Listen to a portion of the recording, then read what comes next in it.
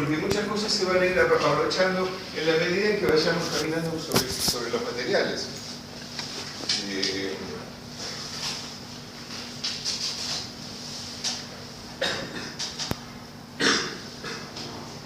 Y después vamos a ver algunas cosas, pero bueno, también está otra cosa que no tiene que ver ni con el material, ni con el idioma, sino que tiene que ver con lo que ocurre cuando uno se acerca a los textos, y especialmente a los textos de psicología.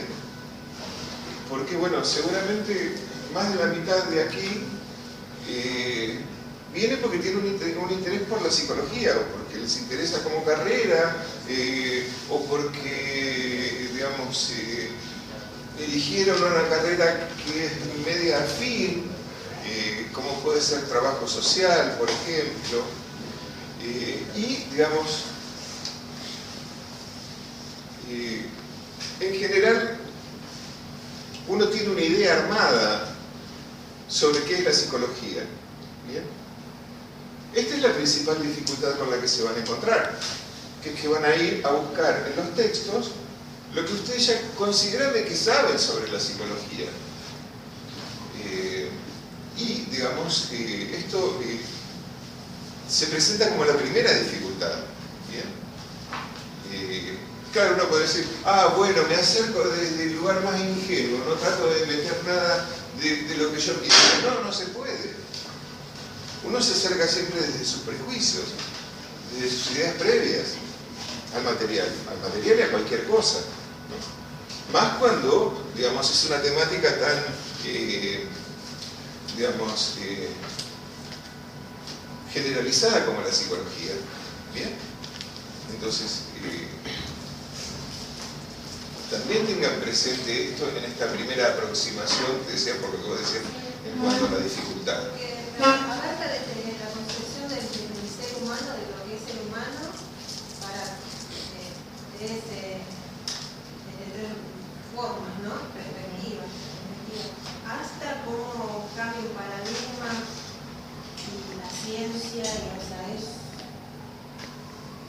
me pareció así como un texto muy...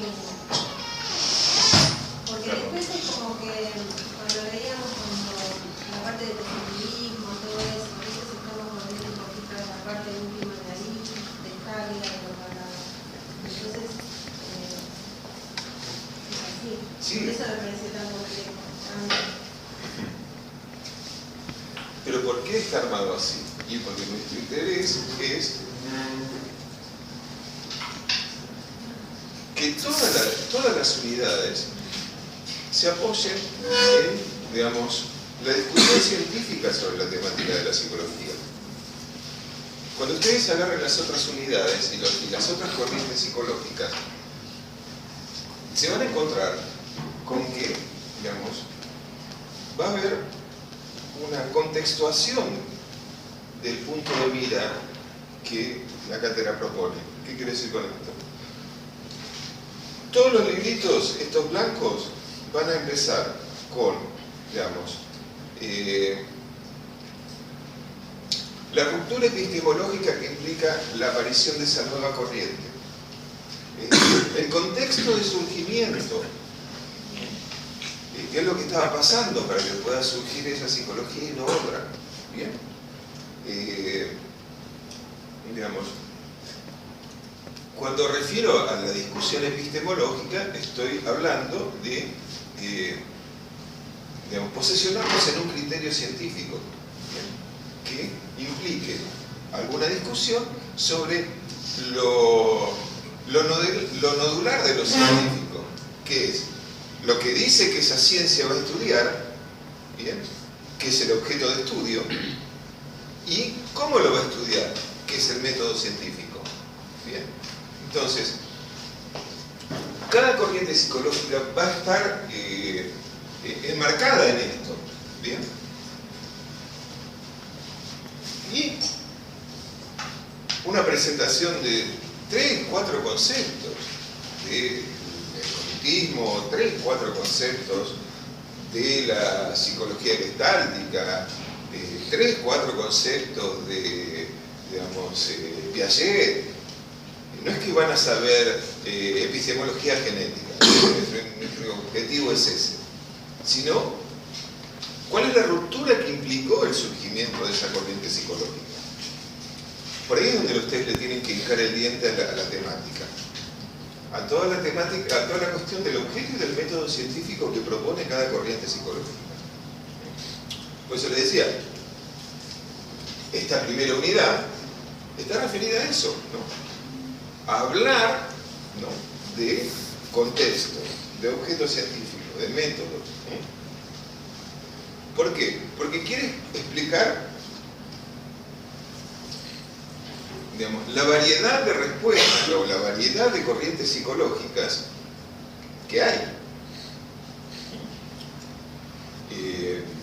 Y darle a todas el mismo valor.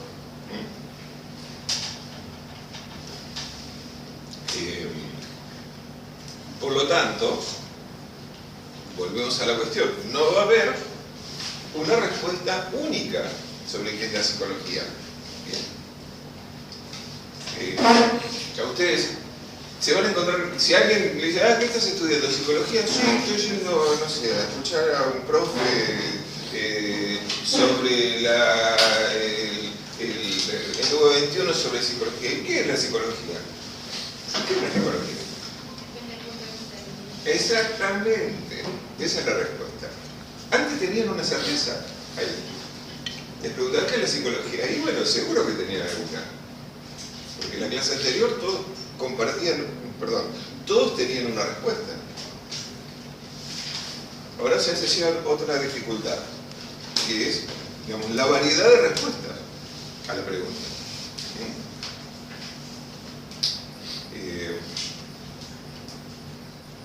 ¿Va esto? Entonces, para situar el tema de las dificultades, ¿no? También esta idea de la variedad tiene que ver con cómo pensar lo humano. Por eso hay distintas perspectivas y no hay una sola respuesta sobre la cuestión de lo humano.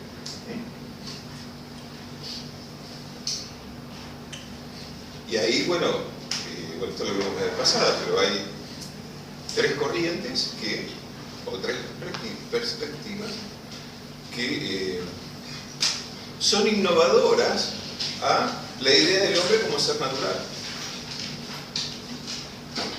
¿Sí?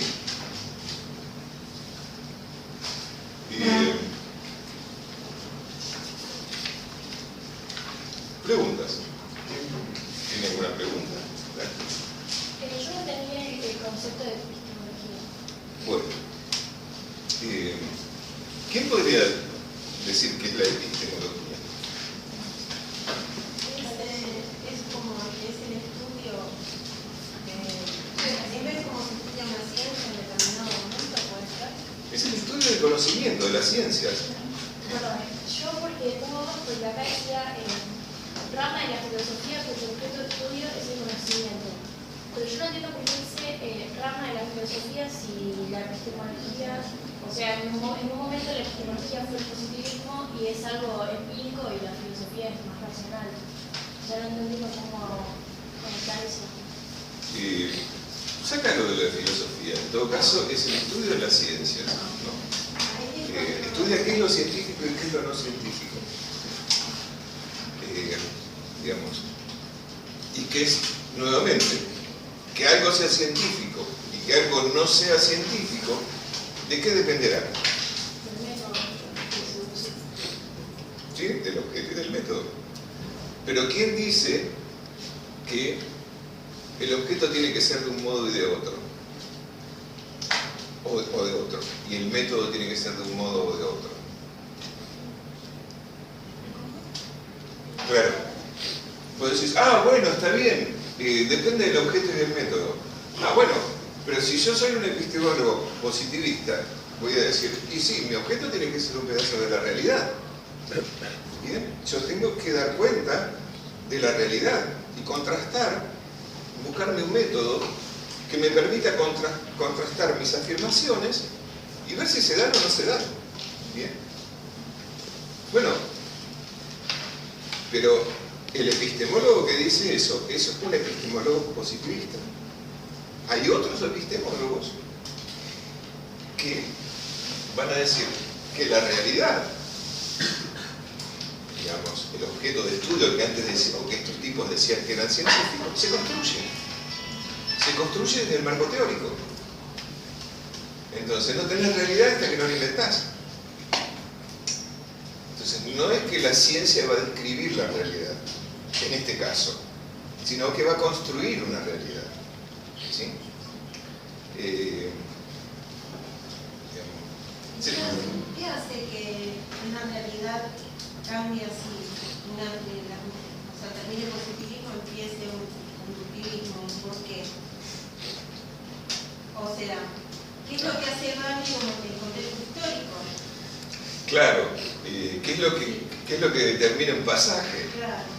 Y bueno, ahí decíamos, o lo que vemos es que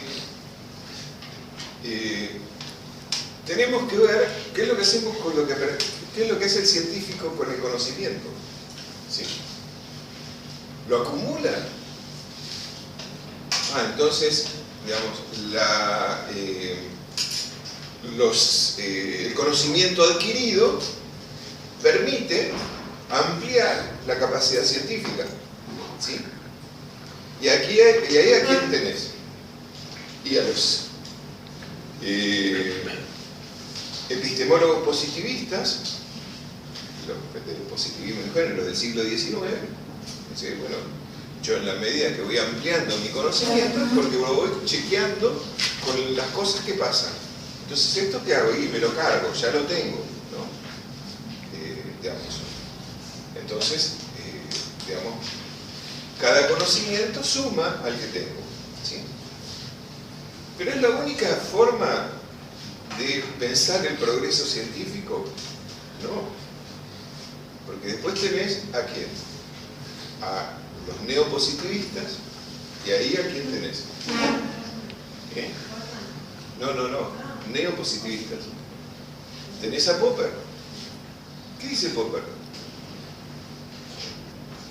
Y Popper dice, y el tema es, si bien yo acumulo el conocimiento, el Popper es el que crea el método hipotético deductivo, ¿no? Y considera que, digamos, las afirmaciones, las hipótesis, tienen entre sí no son verdaderas porque se dan en la realidad solamente, sino porque tienen una relación deductiva. ¿Bien? Hay una relación lógica entre las hipótesis. ¿Sí? Las hipótesis son las afirmaciones. ¿Sí? Entonces dice, claro, yo no pienso como los positivistas ingenuos del siglo XIX, ¿no? Por eso es neopositivista. Dice, las hipótesis que no se dan en la realidad son hipótesis falsas, pero las que se dan en la realidad no son verdaderas, son fuertes. Entonces, mientras más veces yo la contrasto con la realidad, más fuerte es esa hipótesis. ¿Sí? En algún momento esa hipótesis no puede dar cuenta de las cosas que dice que da cuenta. ¿Bien? Entonces esa hipótesis pasa a ser falsa. ¿Bien? Entonces, si bien tenés acumulativo, ¿bien? Porque acumulás todas las que no son, ¿sí?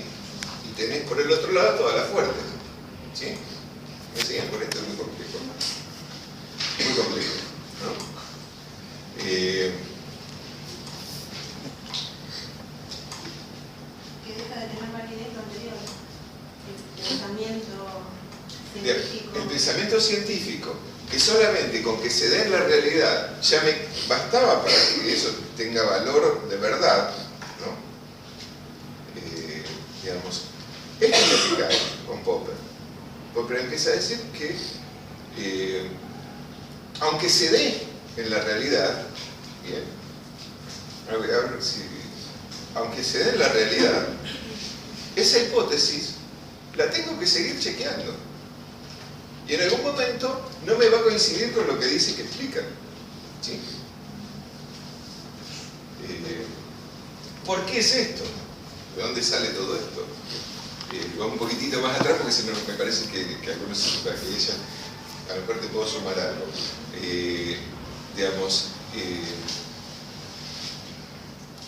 En algún momento decíamos, la filosofía se ocupaba de la totalidad del saber, ¿sí? De distintos modos, tienen los griegos, que querían comprender el mundo, entonces su idea de comprensión del mundo tenía que ver con la relación del sujeto y los elementos con el cosmos, después tienen, esto lo hago rapidito, después tienen,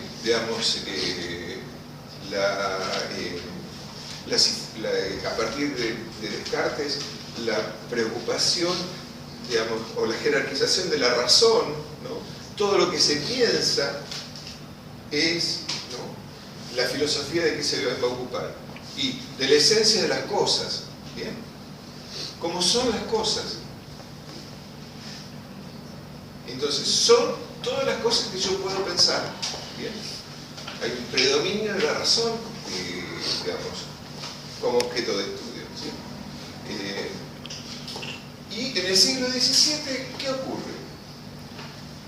En la Edad Media, ¿no?, ya no alcanza la razón para explicar los fenómenos de la naturaleza, ¿bien? Para explicar el mundo. Ya no me alcanza para decir cómo son las cosas, preguntarse por la esencia de las cosas. Y, surge la fe como el instrumento que nos permite llegar a la esencia de las cosas, ¿sí? ¿Qué es la fe?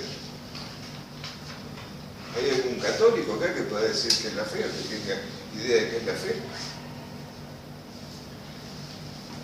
Dentro del punto de vista, no sé, teológico, religioso. Sí. Es algo que no tiene que ver con que, lo que yo tengo como verdad lo consigo porque lo pensé, ¿bien? Sino porque creo que es así, ¿bien? Esa es la fe. Y la fe, está apoyada en que Dios pone la verdad en las cosas. Entonces lo que hay que hacer es descubrir la verdad que Dios pone en las cosas, ¿no? Entonces los sujetos, ¿no?, dan cuenta de esta verdad que Dios puso. ¿Cómo? A través de la introspección pura, ¿sí? Siglo XVII, surgen las ciencias. Aparece un tipo, Galileo. ¿Quién es este Galileo? Y un matemático, ¿no? ¿Y qué hace? Y construye una fórmula matemática, ¿no?, de, el funcionamiento del universo. Y crea, ¿qué cosa? Un aparato, ¿no? Un aparato para ver el universo. ¿Y qué hace? Y nada menos que decir de que lo que se ve, que es que el Sol gira alrededor de la Tierra, no es lo que pasa, sino que, lo que pasa es absolutamente lo contrario, que la Tierra gira alrededor del Sol y otros planetas, ¿sí? ¿Por qué ¿por qué da luz a esto? Bien. Y porque nada más ni nada menos que se sentó a construir, una realidad en forma matemática del funcionamiento del universo, ¿sí?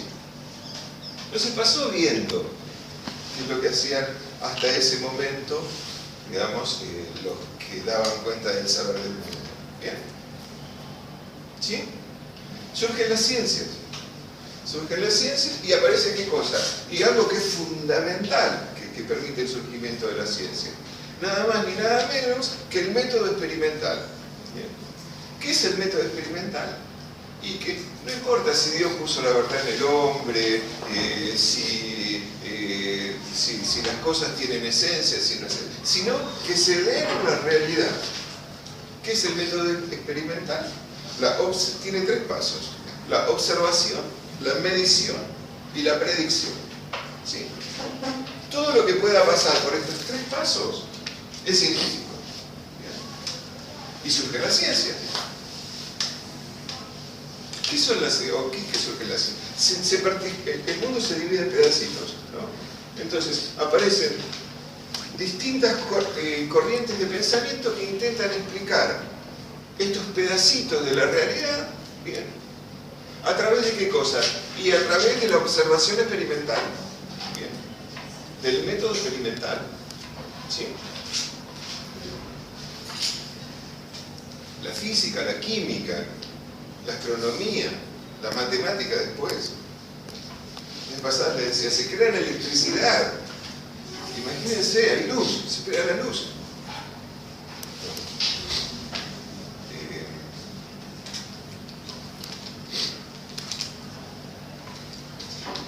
Entonces, este avance espectacular de la física, de la química, digamos, hace que todo conocimiento de la realidad dependa de qué, y de que pueda ser contrastada en ella. Dicho de otro modo, que aparecen diferentes corrientes que recortan un pedazo de realidad, bien, algo que sea capaz de ser observado, y se puede utilizar el método experimental. Bien. Este es el positivismo, pues surge el positivismo. ¿Sí?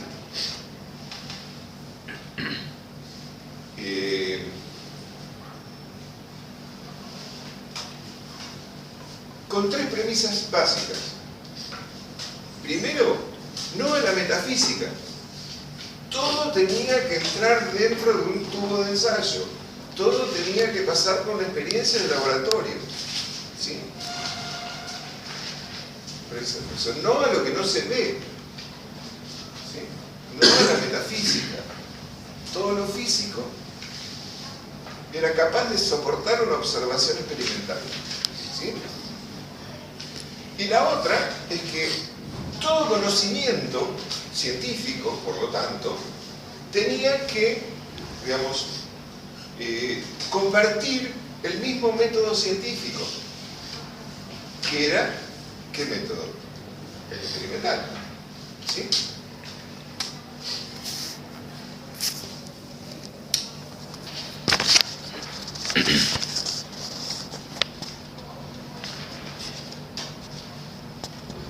Este era el único criterio científico que teníamos al principio. ¿Sí? Entonces,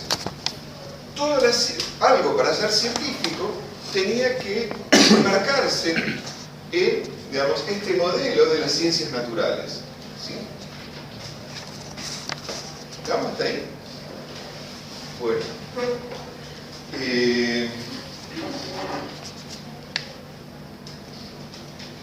Siglo XIX. Bien. ¿Qué pasa con la psicología? Y la psicología estaba colgada de la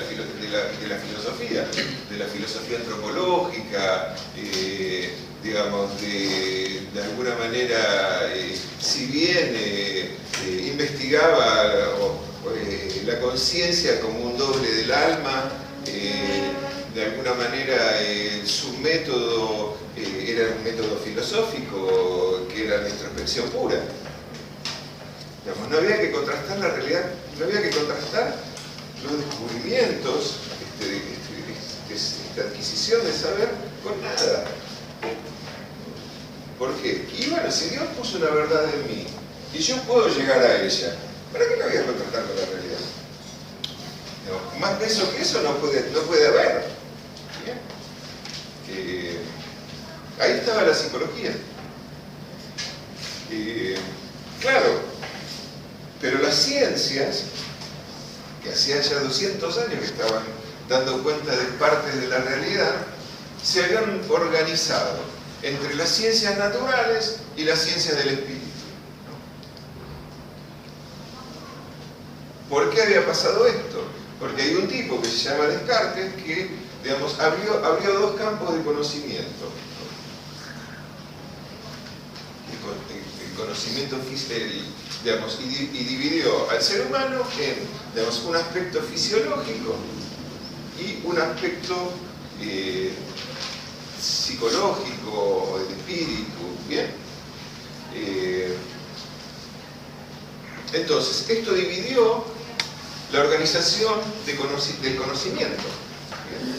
las ciencias positivas, y fueron fácilmente enmarcadas dentro de todo lo que tenía que ver con el conocimiento fisiológico. En cambio, todo lo que tenía que ver con la conciencia, con el alma, o con la conciencia, mejor dicho, digamos, implicaba, digamos, que uno podía llegar directamente a ella a través de la introspección, ¿sí? Entonces, las ciencias empezaron a organizarse dentro de las ciencias naturales y las ciencias del espíritu.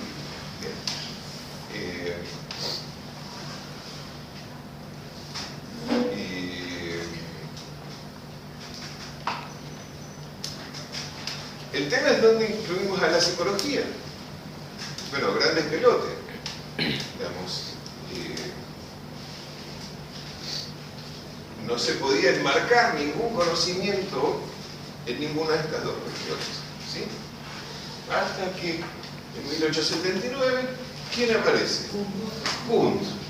¿Qué dice Wundt? Dice, y yo voy a hacer que la psicología entre dentro de las ciencias naturales, ¿sí? No las ciencias sociales o del espíritu, ¿bien? ¿Y cómo hace para meter a la psicología dentro de las ciencias naturales? Y dice, yo me armo una psicofisiología, ¿no? Y parte de qué premisa?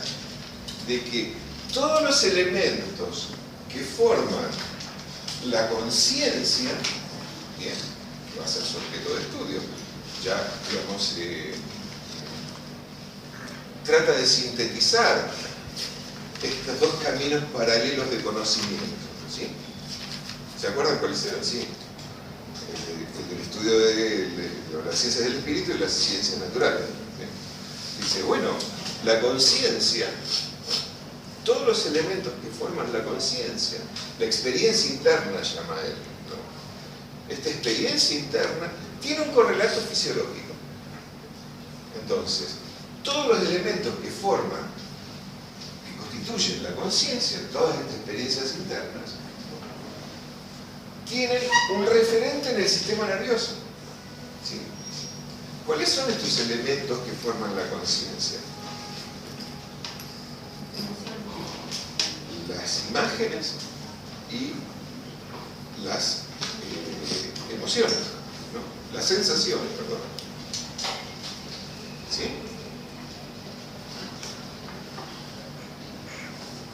Entonces, él utiliza un método que es el método de introspección experimental, ¿sí? Es un método analítico. ¿Qué quiere decir que sea un método analítico? Que la conciencia, ¿no? Podemos decir, la desmenuza, busca los elementos que la forman, decíamos recién.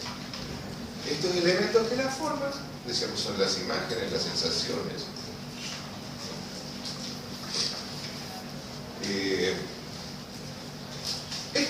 Digamos, se puede investigar esto, ¿no? ¿A través de qué? ¿No? Y del método que él propone. El método científico que él propone, decíamos, introspección experimental. ¿Qué quiere decir esto? El sujeto da cuenta de la introspección. Es una introspección guiada. Hay como una serie de un cuestionario, y ese cuestionario está de alguna manera digamos, completado. Perdón. Adelante.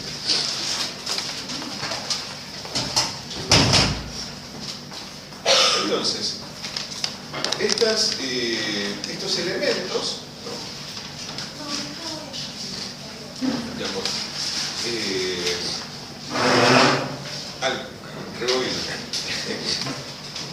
método analítico, ¿no? Se dividen los elementos que forman la conciencia, las sensaciones, las imágenes, ¿no? Y, digamos, estos elementos se pueden, se busca cuál es la relación natural que tienen con esa parte del sistema nervioso, y de ese modo yo las puedo observar. El otro día decíamos, ¿Qué es lo que forma el pensamiento? Para este autor, ¿no? ¿Cuáles son los elementos? ¿No? Ideas. Las ideas, ¿sí? Estas ideas tienen, como es el elemento último, ya desmenuzamos todo y nos quedamos del pensamiento total, que es, digamos, el pensamiento sería la asociación de ideas, ¿sí? Estos elementos, ¿no?, que forman el pensamiento tienen una relación con qué cosa? Y con un elemento del sistema nervioso. Para él hay una relación natural, ¿bien?, ¿con qué? Y con la neurona. Entonces ya puedo observar las ideas. ¿Por qué? Y porque meten el tubo en el tubo de ensayo, ¿no? Es una manera de decir. ¿Qué cosa? Y las neuronas que, digamos, es el dato físico observable del pensamiento. ¿Sí?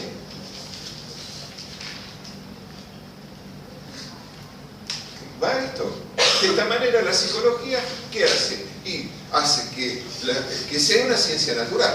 ¿Bien? Ahora, un objeto observable, que es los elementos que constituyen la conciencia o la conciencia.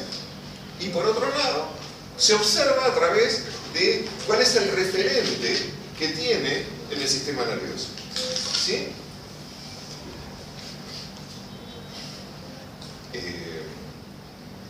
Recién les decía, ¿se entiende esto o quieren que lo retomemos por otro lado, que lo veamos por otro lado? Dale. Yo estaba leyendo sobre Wundt y dice que creía que el lenguaje, los mitos, la estética, la religión y las costumbres sociales eran reflexiones de nuestros procesos mentales más altos. ¿Qué quiere decir eso? Que en últimas son elementos de la conciencia. Digamos, vos recordás cuando después lo retomo, ¿no? Pero cuando vimos Cassirer, decíamos, sí, el hombre está atravesado por el universo simbólico. ¿Qué es el universo simbólico? Y algo que trasciende al sujeto, que arma al sujeto, ¿no?, que le da esa cualidad humana. Y decíamos que eran los mitos, las religiones, el lenguaje, en fin. Vuelvo a decir, no está fuera esto. Esto tiene que ver con el pensamiento. Está dentro de la conciencia. Por eso es una forma más, o un elemento más que tiene que ver con el pensamiento.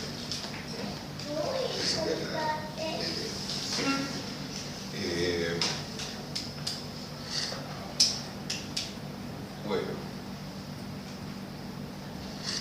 Les decía, si el pensamiento, o si este sujeto, Wundt y sus discípulos pensaban, decían, en una perspectiva analítica,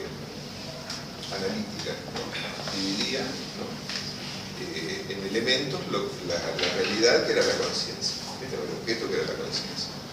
Se investigaba de este modo a través de la introspección experimental y luego se recomponía todo por leyes de asociación. ¿Sí? Por eso decía que el pensamiento que era y una asociación de ideas, estaban ligadas las ideas. ¿Cómo se ligan estas ideas? Esto tenganlo presente porque lo vamos a ver 84.000 veces. ¿Cómo se ligan las ideas? Y Aristóteles en un momento dijo, las cosas se asocian, ¿no?, por semejanza, contraste o cercanía. Entonces todos los elementos que forman la conciencia están ligados de este modo. Entonces, ¿va esto? ¿Sí? ¿Esto cómo se llama? Elementalismo asociacionista.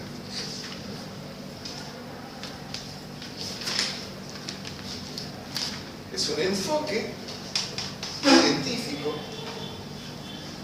que implica que el objeto de estudio, en el caso de Wundt, la conciencia, se puede dividir, desmenuzar, llegar hasta un punto donde no lo podemos reducir más. Llegamos al elemento último, irreductible, ¿sí? Lo investigamos, hacemos la experiencia laboratoria sin investigar en este caso, ¿no? Y, digamos, luego recomponemos el todo por leyes de asociación aristotélicas, ¿sí? Lo religamos por semejanza, contraste o cercanía. ¿Sí?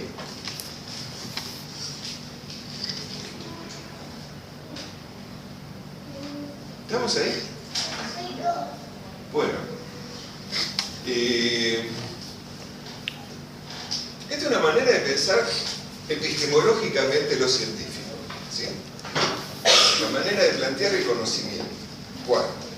Y una manera positivista de plantear el conocimiento científico, ¿sí? ¿Ligado a qué? Y a las ciencias naturales, ¿sí? Es un modelo de las ciencias naturales.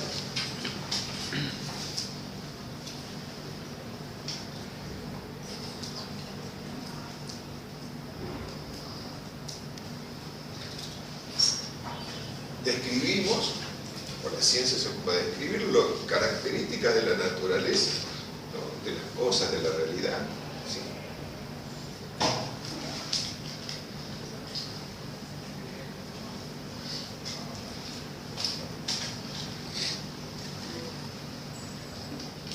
Claro, pero esta idea de, digamos, las ciencias naturales, que implica una manera de pensar lo humano, por ejemplo, como la que tiene Darwin o Lamarck, ¿sí? ¿Se acuerdan de eso? ¿Qué decía? Exactamente, era parte de la naturaleza, ¿sí? Y Lamarck decía que las características humanas eran el resultado de la herencia, se iban pasando de generación en generación, y de este modo el ser humano era, digamos, se diferenciaba de un animal, digamos, solamente por una cuestión de grados, ¿sí? Esta es la idea de hombre, que además implicaba, digamos, esta perspectiva positivista, ¿sí?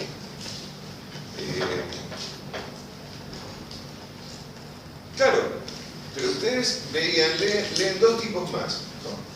Levi-Strauss y Cassirer. ¿Qué dicen? Y no, lo humano está en otro lado.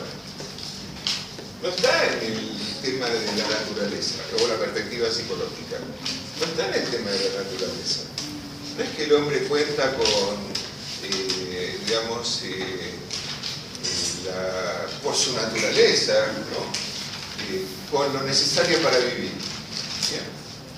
No, le viene de otro lado. ¿De dónde? Y de la cultura. ¿Bien?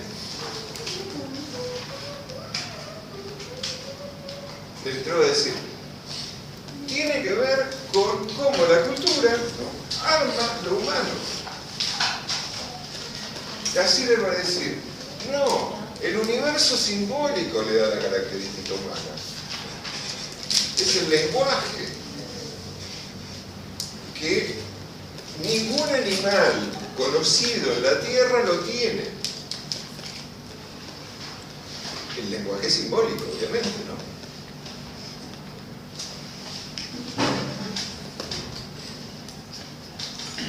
Y le pone un sello el lenguaje al humano. Al tal punto es así que en cualquiera de las perspectivas, por ejemplo, Cassirer dice, sí, lo ponemos a alguien, agarramos el círculo funcional, estimulamos, y sí, todas las especies tienen un aparato receptor de estímulos. ¿Quién no? Y el ser humano también, sí, recibe estímulos, calor, qué sé yo, olor, pero ¿a qué responde? Y responde no al estímulo, sino responde a algo que media la relación entre el estímulo y la respuesta. Como decir, sí, también el ser humano tiene un aparato efector que, digamos, le permite generar respuestas, pero no hay relación entre el estímulo y la respuesta. Cassirer va a decir, lo que media esto es algo que cambia la cualidad de la respuesta.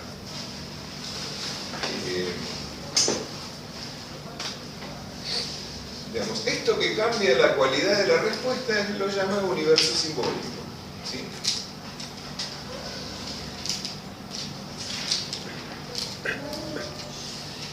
Dicho, qué sé yo, desde un ejemplo, no es que respondemos a lo que nos dicen por el tono de voz, ¿no? Sino que, digamos, entre medio se nos cruza, ¿qué querrá decirme con lo que me está diciendo? Parece que hay algo que altera, y ahí respondemos. ¿Sí?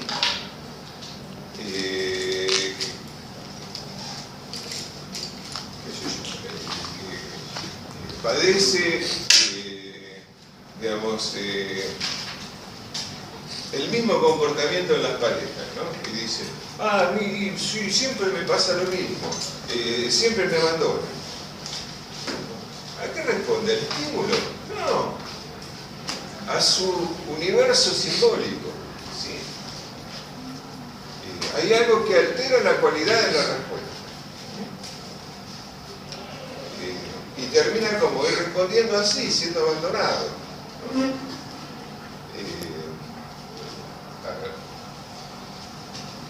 Ni hablar de la perspectiva psicológica, que ahí es muchísimo más terminante, ¿no? Que plantea qué cosa. Y esta dificultad que tiene el ser humano, que no es nada más ni nada menos que nace antes, de que tenga la posibilidad de vivir. Entonces la biología o la matriz biológica, y le da poco. Se tiene que armar afuera el ser humano. Afuera hasta lo biológico. ¿Por qué? Y porque aún no tiene armada la corteza cerebral.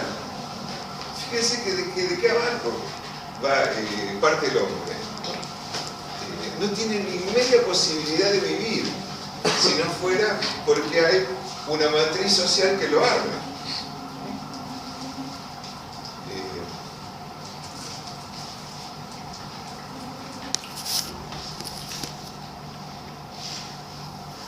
No así las otras especies, que aparecen bastante completitos biológicamente.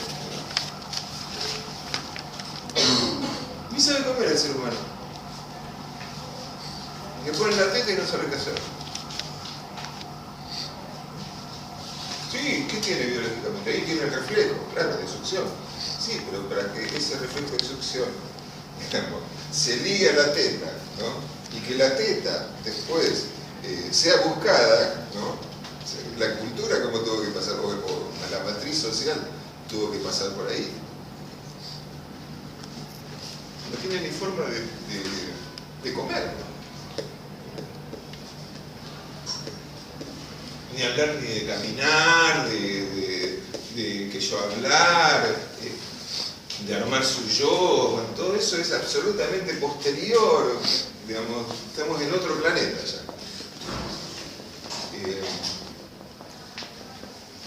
Entonces, ¿por qué les traigo esto? Primero para hacer un raconto de la perspectiva psicológica, de la perspectiva de lo humano, ¿no?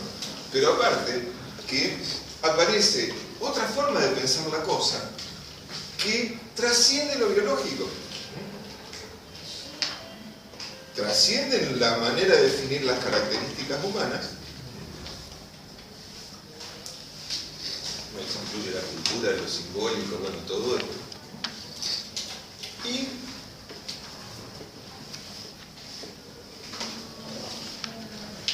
se reformula la manera de pensar lo científico que teníamos en el siglo XIX en relación a las ciencias naturales.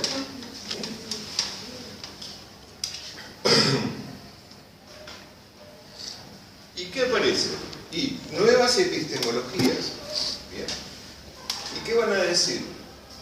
Y que el objeto de estudio no es una parte de la realidad, sino que es una construcción teórica.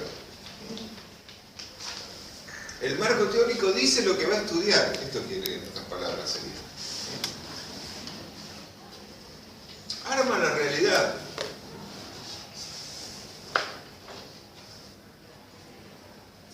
la vez pasada decíamos, en una usina hidroeléctrica, ¿bien? La energía que genera esa usina está antes de la usina. El tema está en el río. No. En todo caso, la energía va a estar en el momento en que se hizo la usina. Y eso genera electricidad, bueno, toda la pelota. ¿Bien? Arma la realidad, el concepto del marco teórico. ¿Sí? ¿Se entiende esto? Bueno. Por eso van a surgir una serie de corrientes psicológicas que empiezan a dar cuenta de objetos que no son observables. ¿Bien? Que no tienen que ver con poderle clavar el ojo. Que son las psicologías que después vamos a ver, dice lo que ustedes leen como psicologías contemporáneas. ¿Qué sé yo? Le decía el psicoanálisis. ¿Existía el inconsciente antes de Freud, antes que Freud lo conceptualice?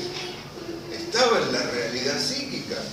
Y no estaba por lo menos como lo formula Freud, no estaba en la cabeza de las personas. O sea que hasta que no está en palabras no... Hasta que no está conceptualizado no está. Y fíjense qué concepto. Un concepto que cuando Freud lo acuña revoluciona todo lo psicológico. ¿Por qué? Porque hasta que Freud no arma ese concepto, se pensaba que lo psíquico era todo consciente. Entonces la psicología, ¿de qué se ocuparía? De la conciencia, si es lo psíquico. Entonces, inventa un concepto que, digamos, es una lente que modifica todo lo que se ve. Porque no se ve el inconsciente. Es un concepto, decíamos, ¿no? No es una sustancia.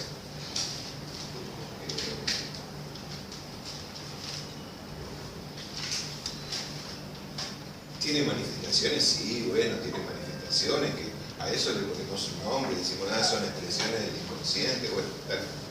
No termino de entender por qué no estaba antes de que Freud lo ponga en palabras, ya estaba en las personas, el inconsciente.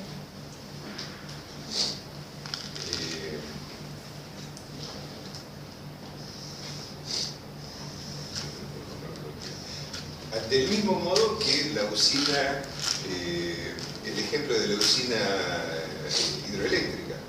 ¿Ya? Vos tenés el río, ¿bien? Pero hasta que no le hiciste el dique y le hiciste el aparato que te construye la energía, te arma la energía no la tenés. No puedo relacionarlo con el inconsciente. Lo inconsciente. Si lo planteo de otro lado. Supongamos que el psiquismo sea igual a la conciencia, ¿no? Entonces el sujeto, ¿no?, puede saber todo sobre sí.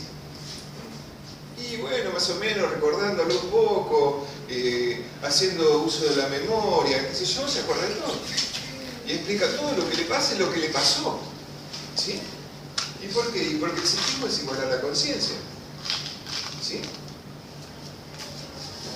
Pero si yo construyo un concepto, bien, algo, y digo, no, formulo que hay aspectos del psiquismo que el tipo no tiene la menor idea de por qué le pasa, no tiene más la mínima explicación de por qué le pasa. Eso no es conciencia. No. Yo creo que siempre estuvo, por más que vos lo hayas descubierto después y lo hayas hecho un concepto después, es a partir de algo que vos estás observando que está. No, pero lo ves porque lo armaste vos. Este es el tema. ¿Vos usás anteojos? Yo tendría, por lo menos. Bueno, pero digamos, ¿los usás alguna vez? Sí. Bueno, ¿no ves una cosa distinta si tenés los anteojos que si no los tenés? que es más personas, qué sé No, yo. veo pero más cerca, pero no como personas. Bueno, o los anteojos de sol que tienen reflex, ¿sí? Vos vas a una mala óptica y dice, ah, bueno, estos tienen reflex, no tienen reflex. Y dice, no, tienen reflex, a ver. ¿Y qué le hacen? Le ponen a uno una laminita así, te pones los anteojos con reflex y ves otra cosa. Entonces cuando dice, ah, bueno, eso estaba ahí. No, no estaba. Lo tenés por la característica del anteojo. Es un poco la cuestión. Si no tenés el anteojo, el concepto, no lo ves. No está. Y entonces Freud lo inventó, y cómo inventar algo que no esté, y de repente cuando inventó todo lo que se va a tener. Una forma de ver las cosas, claro. Sí. A ver, te lo digo de una experiencia cotidiana, ¿no? Uno anda boyando por la vida, qué sé yo, equivocándose como todo el mundo, ¿no? Hasta que de repente, ¿no?, se te incluye una nueva idea. Y ya las cosas las ves de otra manera. Se te modificó la realidad. ¿Por qué? Porque la realidad es distinta, no. Porque tenés una idea nueva, un concepto que te permite modificar lo que estabas viendo. La percepción. ¿Cómo? La percepción. La percepción, por ejemplo. ¿Sí? Esta sería la cuestión de cómo una idea, un concepto, te arma una realidad. Igual, aunque no lo compartas, bueno, esa es la...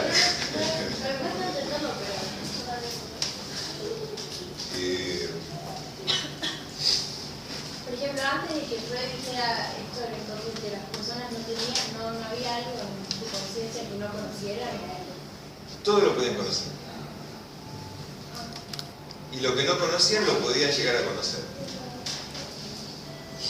Había toda una corriente, el romanticismo alemán, por ejemplo, que es anterior a Freud, planteaba que la verdad no estaba en la razón, sino que estaba en los sueños, en la poesía.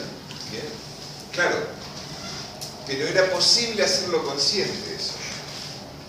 Pero dice, no, hay cosas que no, por más que uno quiera, no pasa nada. No hay forma de hacerlo consciente esto.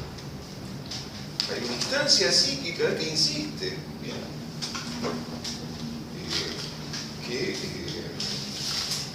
Hay algo que entorpece la conciencia.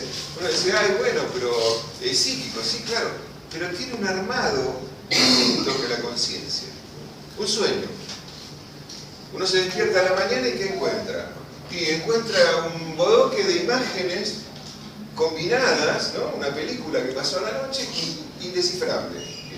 ¿Y qué trata de hacer uno?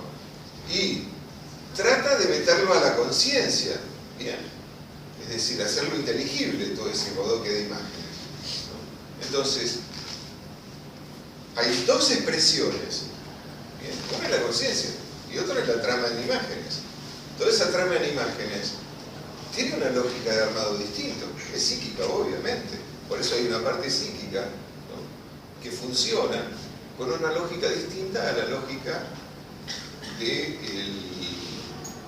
la conciencia, ¿no?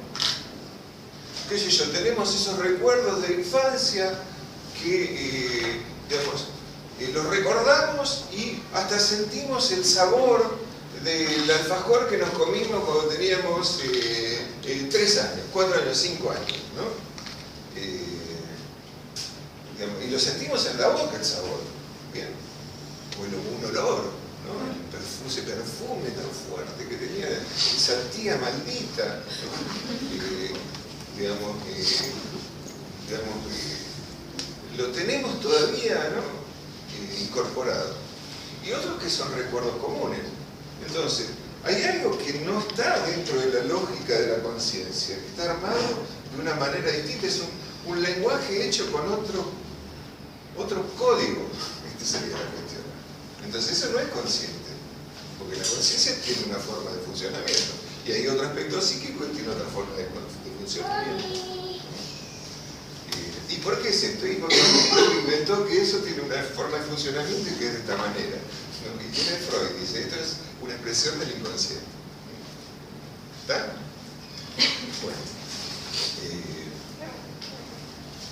después lo vamos a ver un poquito más. Porque, digamos, esta idea que, digamos, la realidad es externa y que no se construye es algo que vamos a ver en cada corriente psicológica, como en el caso este fue del psicoanálisis. Pero, qué sé yo, la psicología gestáltica, que, bueno, está mencionada acá también, ¿no? Los que armaron la psicología gestáltica, ¿no? Eran discípulos de Wundt, ¿no? Apoyados en las ciencias naturales, qué sé yo. ¿Y cómo es la percepción? ¿Qué es lo que decía Wundt de la percepción?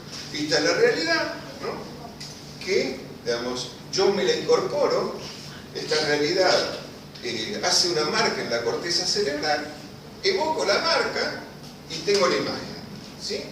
Esta es la manera de pensar que tenía Wundt de cómo la realidad exterior se incorporaba y se armaba imagen, ¿no? Y pero hay dos loquitos, Kohler, Kafka, un tal Wertheimer, qué sé yo, que empiezan, que eran discípulos de él, ¿no?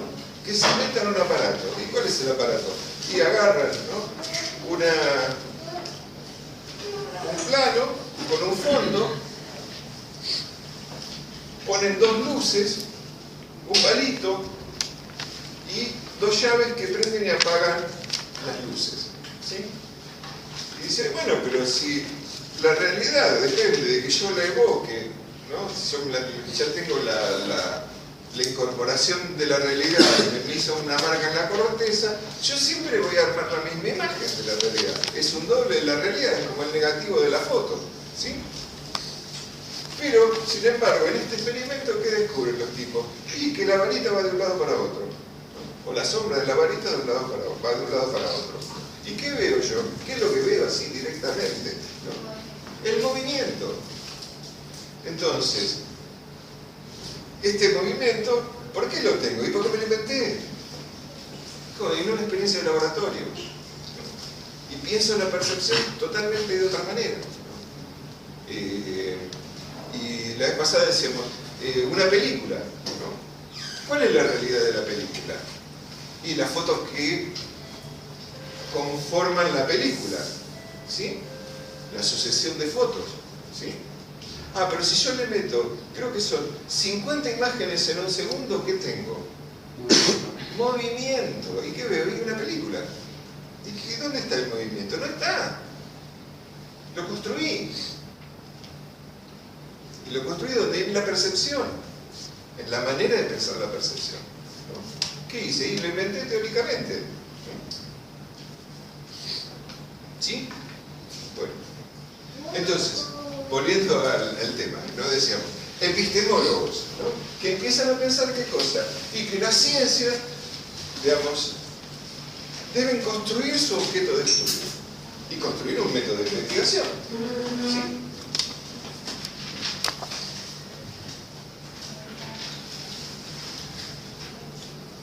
Y surgen tres formas de pensar los científicos, tres nuevos epistemólogos, ¿no? Que son, por un lado, los neopositivistas, donde está Popper,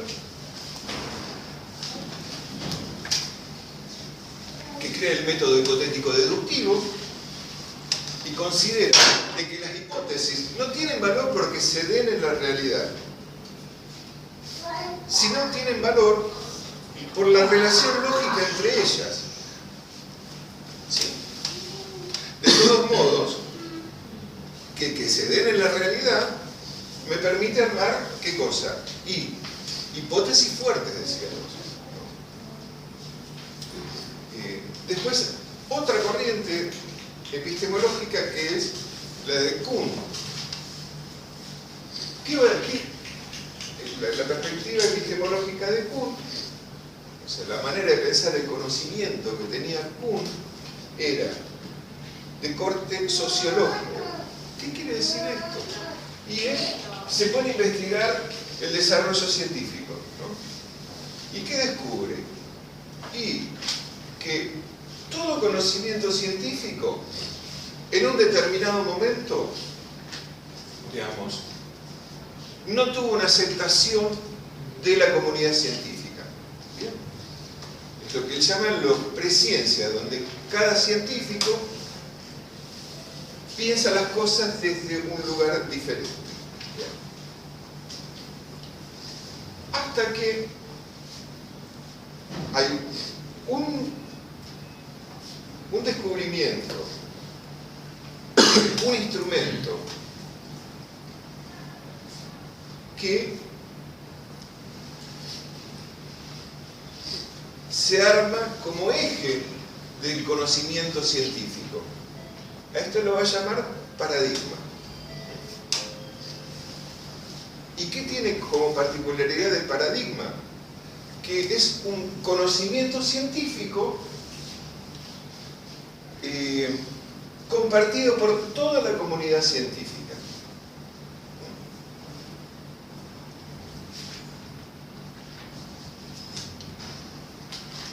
Ejemplo.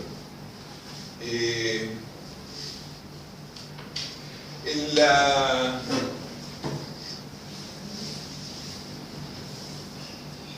física, podemos decir, más ciencia natural no hay, ¿no? Volviendo a lo que estábamos hablando antes. Describe lo físico, ¿no? Digamos, pensaba hasta la termodinámica que la energía entraba y salía, ¿sí? Claro, pero surge la termodinámica, ¿y qué dice? Y no, que la energía se acumula en algún lado. Gran quilombo. Porque esta energía que se acumula va a participar en la respuesta, ¿no? Esto se constituye como paradigma. ¿Bien?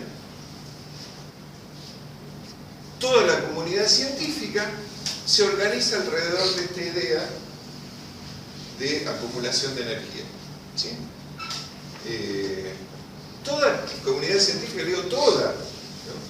Volviendo al ejemplo que les decía antes. El psicoanálisis pensaba que hasta un determinado momento que era posible hacer consciente lo inconsciente. ¿Sí? La energía psíquica se podía, entraba y salía. ¿Sí? Hasta que dice, no, acá hay cosas que no van, que se acumulan, que siempre son inconscientes, que no se puede, que no descarga el sistema, ¿no? ¿Por qué? Y porque surgió este concepto paradigmático que es la acumulación de la energía. Modifica todo el pensamiento científico. Se comparte por toda la comunidad científica. Hasta que este paradigma no da cuenta de nuevos interrogantes. Entonces cae ese paradigma.